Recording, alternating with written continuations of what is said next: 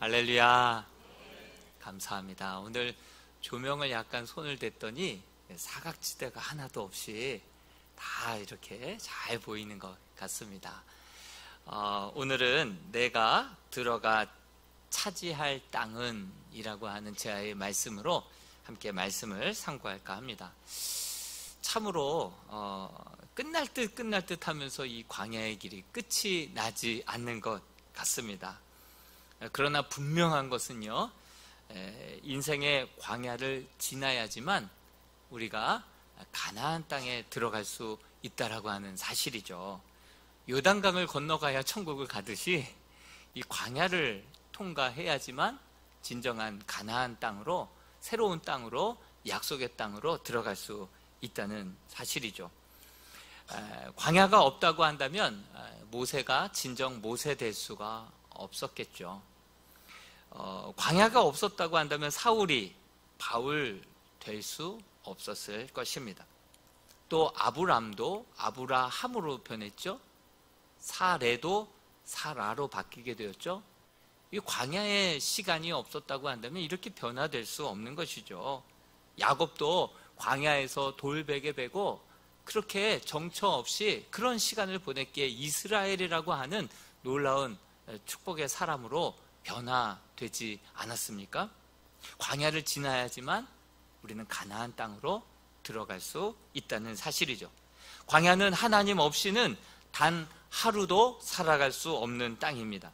인생의 광야를 허락하신 이유를 지난주에 우리 주제 말씀, 표어가 되는 말씀으로 함께 신명기서 8장을 가지고 나누지 않았습니까?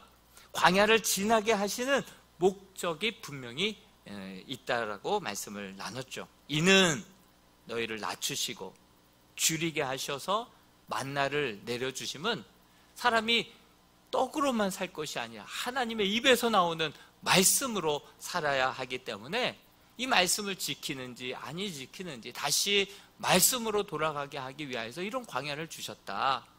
그리고 하나님 광야에서는 모든 우선순위가 뒤죽박죽이 되죠. 금이 단 줄 알고 그렇게 금금하고 살았는데 광야에서는 금은 필요가 없어요. 물이 필요한 거고 양식이 필요한 거고 광야를 겪고 나서 보니까 인생에 뭐가 중요한지 뭐가 중요하지 않는지가 명확하게 드러나는 거예요.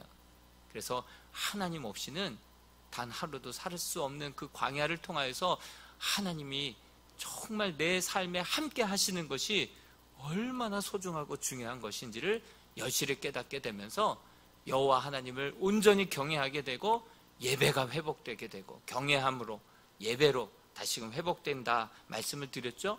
그리고 8장 16절에 보면 마침내 너를 복을 주어, 복을 주는 이유와 목적이 무엇이겠습니까? 다시금 세상으로 내보내서 세상을 변화시키고 세상 가운데 하나님의 나라가 정말 한 평이라도 넓어지고 앞당겨질 수 있도록 우리를 축복하셔서 세상으로 보내시는 그 하나님의 진정한 이유와 목적이 있다.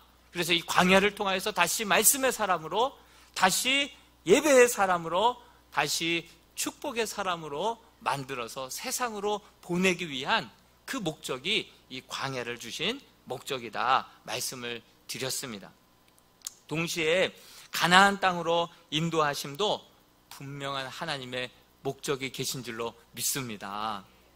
여러분, 목적을 살피기 이전에 먼저 이스라엘이 들어가 차지하게 될 땅은 어떤 땅인지를 먼저 한번 말씀을 통해서 살펴볼까 합니다.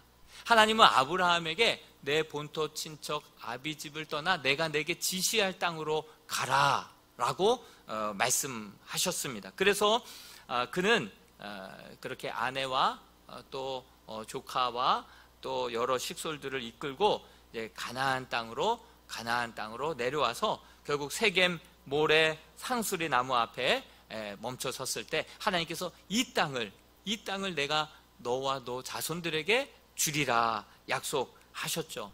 근데 그 땅을 밟기도 전에 아주 극심한 가뭄이 와서 애굽으로 피신하고 말지 않았습니까? 하나님이 주시겠다 약속하신 땅은 젖과 꿀이 흐르는 땅인 줄 알고 가봤더니 그냥 비만 며칠만 안 와도 극심한 가뭄이 찾아오는 윤택한 땅이 아니라 척박한 땅이었죠. 실제로 이스라엘 그 땅을 보면 한 50%가 광야이죠. 광야. 아브라함이 떠났던 갈대아 우르는요, 티그리스 강과 유프라테스 강이 만나는 아주 문명이 최초로 발달되고 아주 큰 부흥을 맛보았던, 그렇게 윤택하고 모든 것이 풍부하고 문명이 굉장히 발달했던 그러한 도시였죠. 그곳을 떠나서 내가 내게 지시할 땅으로 가라고 하면 적어도 그 땅보다 더 좋은 땅일 줄 알고 갔는데, 가자마자 만난 것은 아주 극심한 가뭄이었죠. 또 모세는 어땠습니까? 모세가 살았던 애굽은 어떤 곳이었습니까? 우리 창세기 13장 10절의 말씀에 보면 그 애굽이 어떠한 땅이었는지, 무엇과 비교하고 있는지 한번 같이 읽어보겠습니다. 시작. 이에 눈이 룻이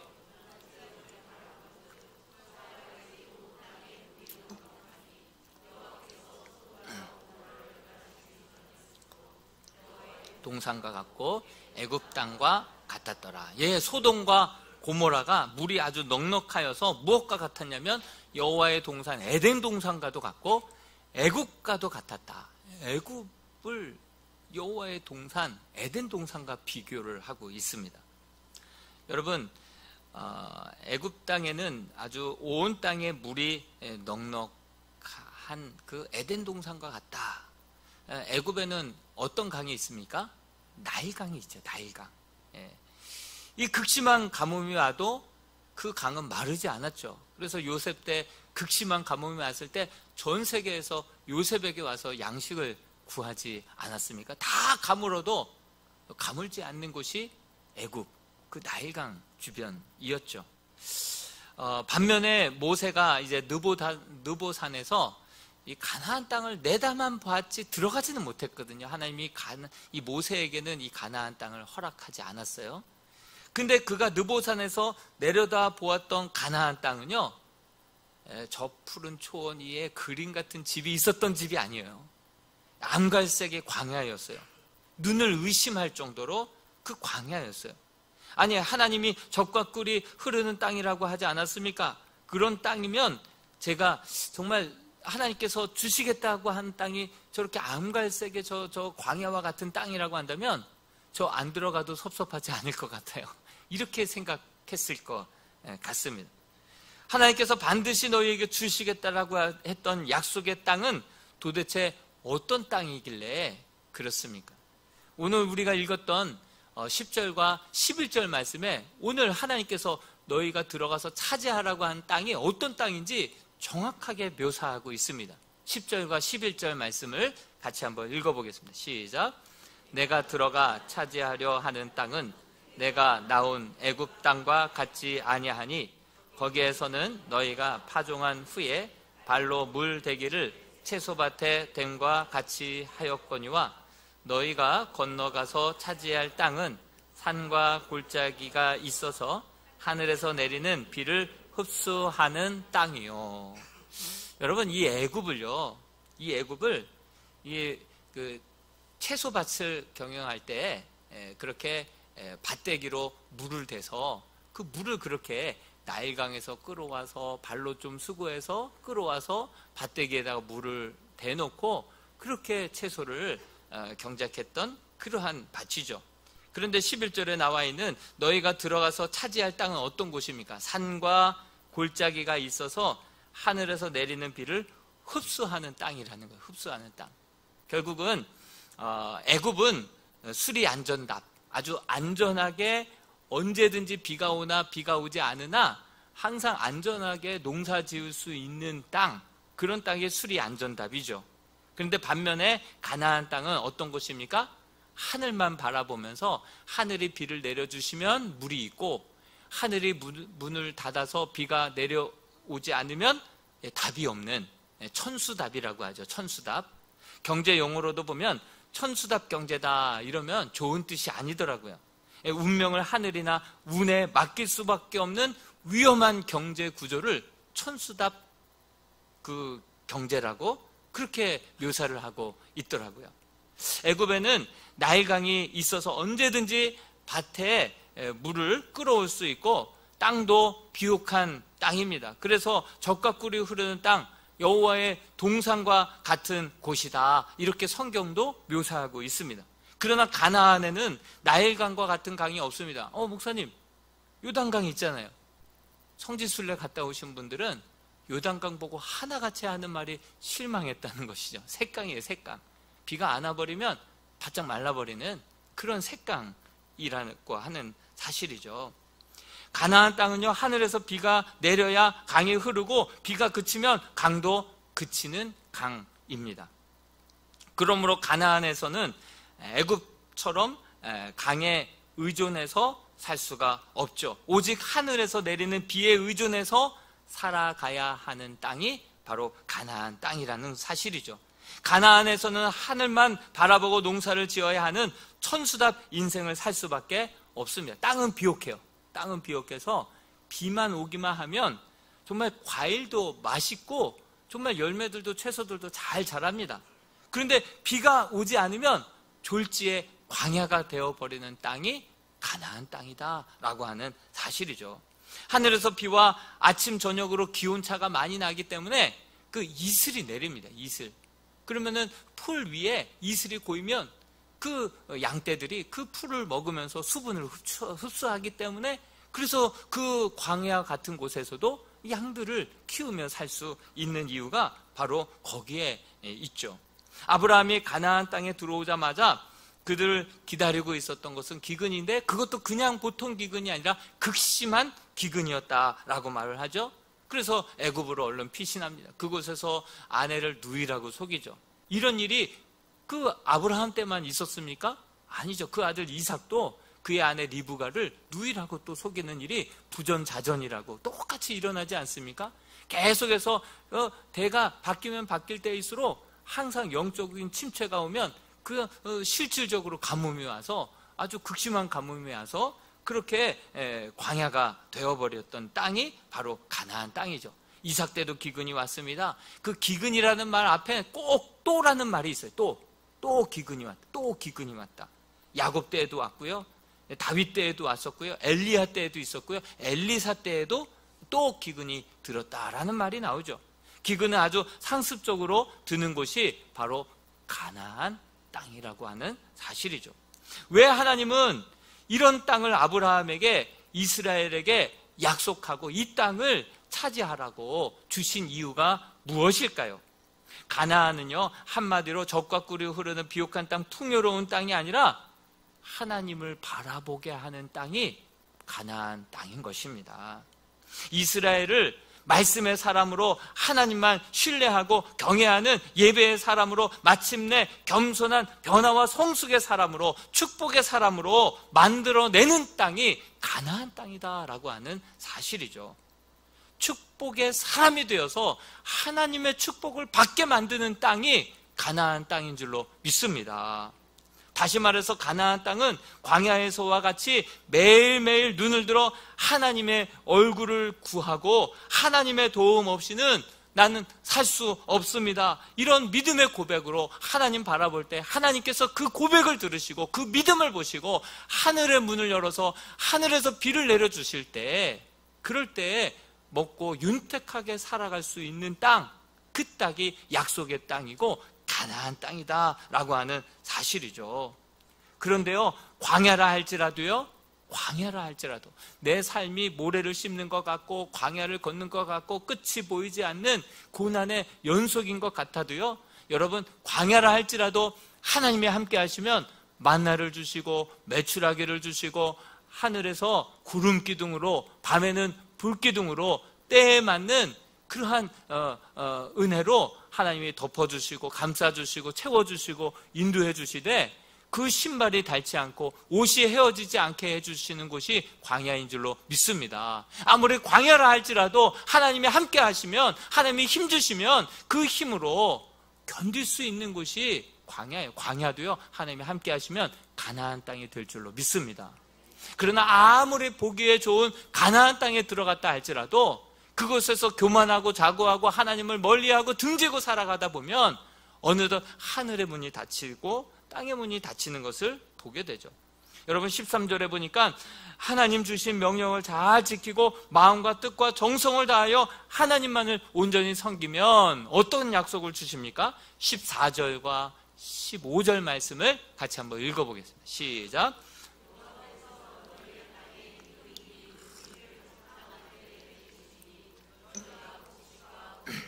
기름을 얻을 것이요 또 가축을 위하여 들에 풀이 나게 하시리니 내가 먹고 배부를 것이라. 그렇습니다. 이른 비와 늦은 비를 어떻게 해요? 적당한 때에 내려주신다라고 말씀하고 있습니다. 여러분 그 이스라엘 성지순례 가보신 분들도 계시겠지만 우기가 있고 건기가 있죠. 근데 10월달 11월달에 내린 그 이른 비로 그 굳어져 있었던 땅을 아주 여들여들하게 만들어서 땅을 기경해서 씨앗을 뿌릴 수 있도록, 그래서 이른비가 중요한 거예요. 이른비가 땅을 부드럽게 만들고 기경할 때 씨를 심을 수 있게 만들기 때문에 그곳에서 이런 농사를 지으려고 한다면 이른비가 없이는 힘든 거예요. 그래서 하나님께서 10월 11월 달에 이른비를 주셔야 경작을 할 수 있는 거예요.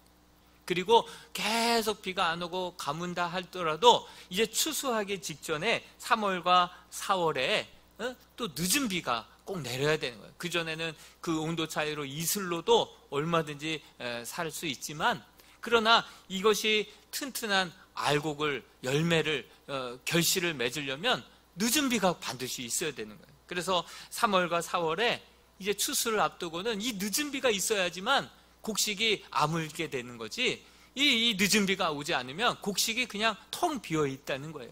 거둘 게 없다는, 먹을 게 없다는 거예요. 그래서 이 이른 비와 늦은 비가 이 광야에서 너무나도 중요한데, 하나님께서 정말 이렇게 명령을 잘 지키고 마음과 뜻과 정성을 다해서 하나님만 온전히 경외하면 하나님이 이른 비와 늦은 비를 적당한 때에 보내주셔서 너희들로 하여금 이 곡식과 포도주와 기름이 끊어지지 않게 해주실 것이고 가축으로 인하여서 너희가 먹고 배부르게 될 것이다 라고 약속하고 있는 것입니다. 반면에 너희가 그렇지 아니하면 어떻게 될 것이라 말씀하고 있습니까? 우리 신명기 28장 23절 말씀 한번 같이 읽어봅니다. 시작. 내 머리 위에 하늘은 노시 되고 내 아래의 땅은 철이 될 것입니다. 하늘은 노수로 막히게 될 것이다. 땅은 철로 막히게 될 것이다. 하늘에서는 비를 보기 힘들 것이고 땅에서는 곡식을, 열매들을 거두지 못할 것이다 라고 하나님은 말씀하십니다. 우리가 읽었던 신명기 11장 17절에서도 똑같은 말씀을 하고 있는데요, 17절 말씀도 같이 한번 읽어보겠습니다. 시작. 여호와께서 너희에게 진노하사 하늘을 닫아 비를 내리지 아니하여 땅이 소산을 내지 않게 하심으로 너희가 여호와께서 주신 아름다운 땅에서 속히 멸망할까 하노라. 여러분, 그래서 이 가나안 땅을 무슨 땅이라고 부릅니까? 12절에 보니까 내 하나님 여호와께서 돌보아 주시는 땅이라. 가나안 땅은 여호와 하나님께서 우리의 목자가 되어 주셔서 우리를 돌보아 주시사 필요할 때마다 이른 비와 늦은 비의 은택으로 우리와 함께 하시고 우리를 돌보아 주시는 땅이 바로 가나안 땅인 줄로 믿습니다. 올 한 해 여기도 그렇죠. 12절에 보니까 연초부터 연말까지 내 하나님 여호와의 눈이 항상 그 위에 있느니라.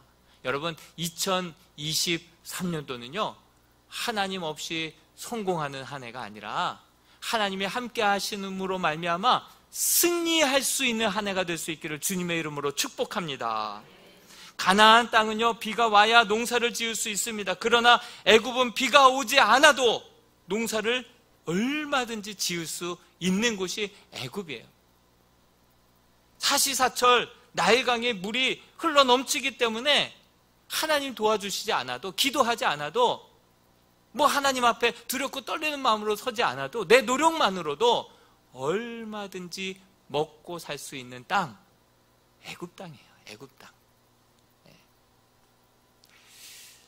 제가 작년 그렇게 여름 때 우리 교육자들과 같이 군산 나포교회를 한번 방문해서 그곳에서 어떻게 이제 이 친환경, 환경 운동을 어떻게 하고 있나, 녹색교회가 됐어요.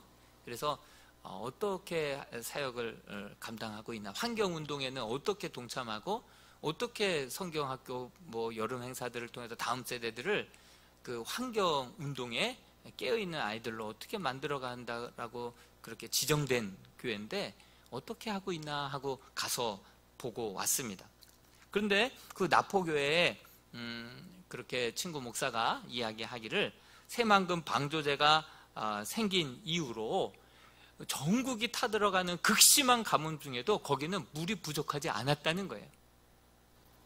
그런데 변화가 있는 게, 그 전에는 정말 홍수가 날 때가 있고 가뭄이 날 때가 있어서 늘 걱정하고 근심하고 두렵고 떨리는 마음, 겸손한 마음으로 새벽에 나와서 기도하고 일찍 나가서 농사를 짓고 했는데, 이 새만금 방조제가 만들어진 이후로 기도가 현격하게 줄어들고 있다는 이야기를 제가 목사를 통해서 전해 들었습니다. 여러분, 애굽이 그런 땅이에요. 자기 노력만으로도, 자기의 힘만으로도 얼마든지 먹고 그렇게 살 수 있는 땅, 그러한 땅이 애굽 땅이죠. 하나님이 우리로 하여금 믿게 하신 이유는 풍요롭게 하고 풍성하게 만들려고만 한다고 한다면 애굽에 그냥 두는 게 맞고요.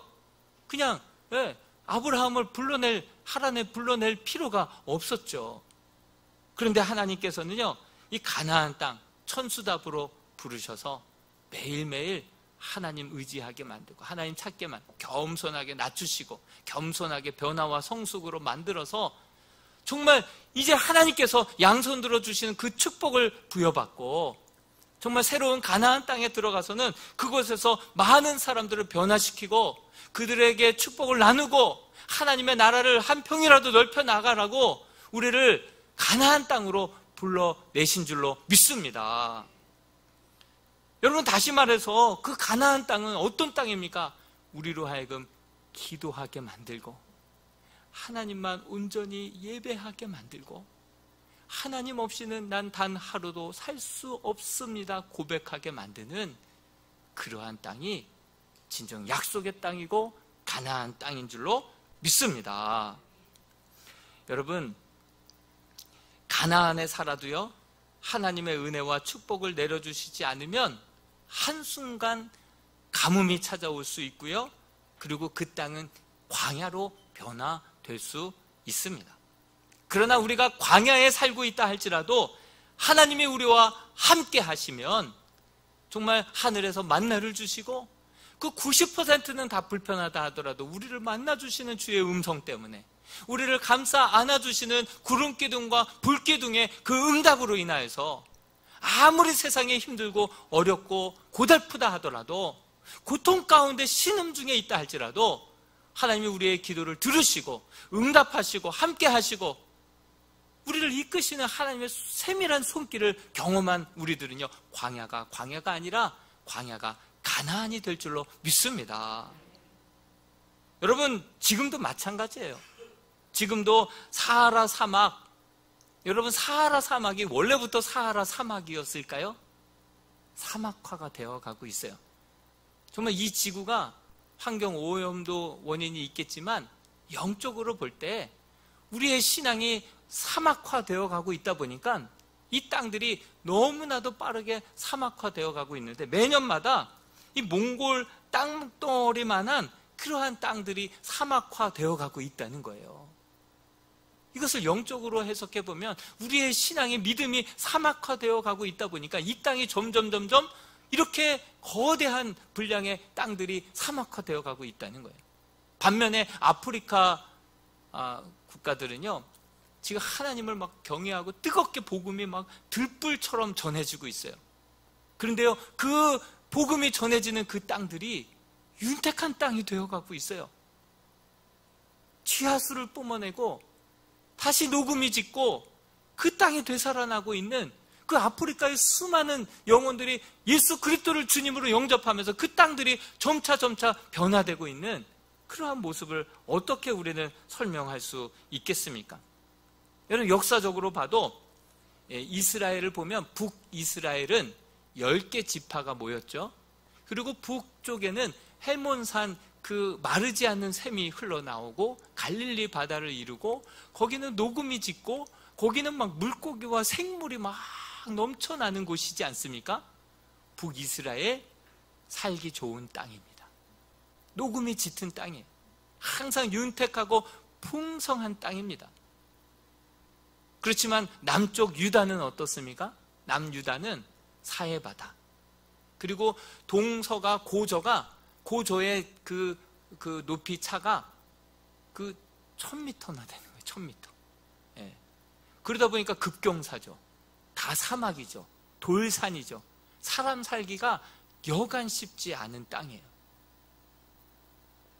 그런데 훨씬 더 좋은 조건의 북이스라엘이 남유다보다 140년이나 먼저 멸망당한 사실을 아십니까? 그리고 마태복음 1장의 족보에 보면 한 명도 북이스라엘의 왕들이 그 족보에 들어간 사람이 한 명도 없어요. 모든 왕들마다 다 여로보암의 그런 행적과 같이 우상을 숭배하고 교만하고 하나님의 말씀을 듣지 않고 아무리 좋은 조건의 가나안과 그 땅과 같은 애국과 같은 그러한 조건에 그들은 기거하고 있었고 인적 자원, 물적 자원이 넘쳐났다 하더라도 그들이 영적으로 타락하고 음란했고 하나님을 등지고 말씀을 계명을 어기고 하나님의 그 놀라운 믿음을 자자손손 자녀들에게 물려주지 않자 유다 그 나라보다도 남유다보다도 140년이나 먼저 멸망당하는 그러한 역사를 보게 되지 않았습니까? 여러분 멀리 볼 거 아닙니다. 우리나라는 어떻습니까? 우리나라가 남북한이 갈라지기 전에 막 남북한이 갈라지자마자 어디가 더 잘 살았을 것 같습니까? 북한이 훨씬 더 잘 살았다고 합니다. 공장이 거기 다 있었고요. 자원이 많았고요. 교통이 중국과 유럽으로 쫙 철도가 있고요. 훨씬 더 북한이 잘 살았다라고 합니다. 그 평양의 동양의 예루살렘이라고 하지 않습니까? 평양을 동양의 예루살렘이라고 할 정도로 거기에 교회가 많았고 신앙의 뿌리가 깊은 사람들이 순교자들이 많았던 곳이 평양이었죠.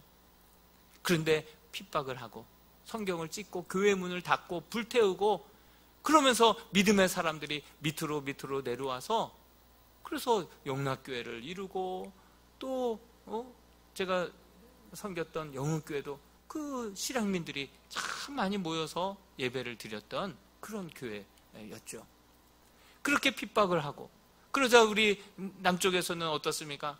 정말 뭐 없어요. 그냥 원조를 받던 나라였고 정말 그 밀가루와 그 초콜릿과 뭐 이런 것들을 받아가지고 분유받아서 살았던 나라 민족이었는데 새벽을 깨어서 기도하고 이 조그만 땅덩어리에서 정말 주의 복음을 증거하겠다고 이 조그만 나라에서 전 세계 두 번째로 선교사를 많이 파송하는 나라로 변화되지 않았습니까? 그러다 보니 하나님께서 지금은 G7 정상회의에도 초청을 받고 어깨를 견주고 원조를 받던 나라에서 원조를 주는 나라로 이렇게 바꾸어 가신 분 우리 하나님이신 줄로 믿습니다. 아무리 척박한 광야라 하더라도 하나님이 함께 하시면 그 땅이 가나안 땅이 될 줄로 믿습니다. 아무리 풍요로운 땅이라 할지라도 하나님을 등지고 말씀을 적고 살다 보면 어느덧 그 모든 축복이 더 빨리 썩게 만드는 촉진제가 될 줄로 믿습니다. 여러분 역사를 보더라도 우리가 분명히 알 수 있듯이 가나안에 들어가는 것 이게 중요한 것이 아니라 가나안에서 어떻게 살아가는 거냐가 더 중요한 줄로 믿습니다. 이제 광야를 지나서 우리가 이제 엔데믹 시대, 새로운 가나안 땅 시대를 맞이하는데 모세가 막 너무 답답해하면서 토로하는 거예요. 너희들 가나안 땅에 들어가거든. 제발 이렇게 살아야 된다. 그곳에서 짓지 않았던 집을 짓고 심지 않았던 거 심고 놀라운 하나님 너의 재능보다 더 많은 축복을 받을 터인데 그곳에 들어가도 하나님을 잊어서는 안 된다. 말씀 계명 잊어서는 안 된다. 하나님을 경외해야 되고 말씀에서 떠나서는 안 되고 자자손손 믿음의 자녀들이 대를 이어서 그 믿음을 바통을 이어갈 수 있도록 해야 된다. 계속해서 이야기하고 강조하고 또 강조하는 거 아니겠습니까? 여러분 이제 광야의 시대를 지나서 새로운 엔데믹 시대, 가나안 시대가 열리게 될 때 오늘 주시는 이 말씀을 우리의 마음에 새기고 가정에서 지키고 우리의 삶 속에서 지켜나갈 때 우리의 지금 서 있는 땅이 아무리 광야와 같이 힘들고 어려운 땅이라 할지라도 그 땅은 가나안 땅으로 변화되게 될 줄로 믿습니다. 그런 믿음의 고백으로 우리 마지막 신명기 11장 8절에서 9절 말씀을 읽고 마치도록 하겠습니다. 11장 8절에서 9절까지 말씀을 모세의 말씀을 마음에 새기듯 함께 읽겠습니다. 시작. 그러므로 너희는 내가 오늘 너희에게 명하는 모든 명령을 지키라.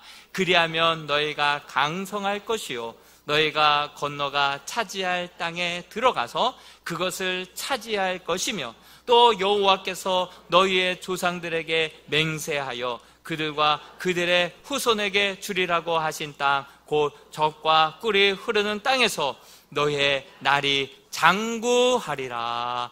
아멘. 올 한 해 하나님 없이 성공하고 출세하고 애굽에서처럼 잘 먹고 잘 사는 해가 되면 그만이 아니라 주님과 함께 하심으로 어렵고 힘든 상황 속에서도 늘 승리하시는 저와 여러분들 될 수 있기를 주님의 이름으로 축복합니다.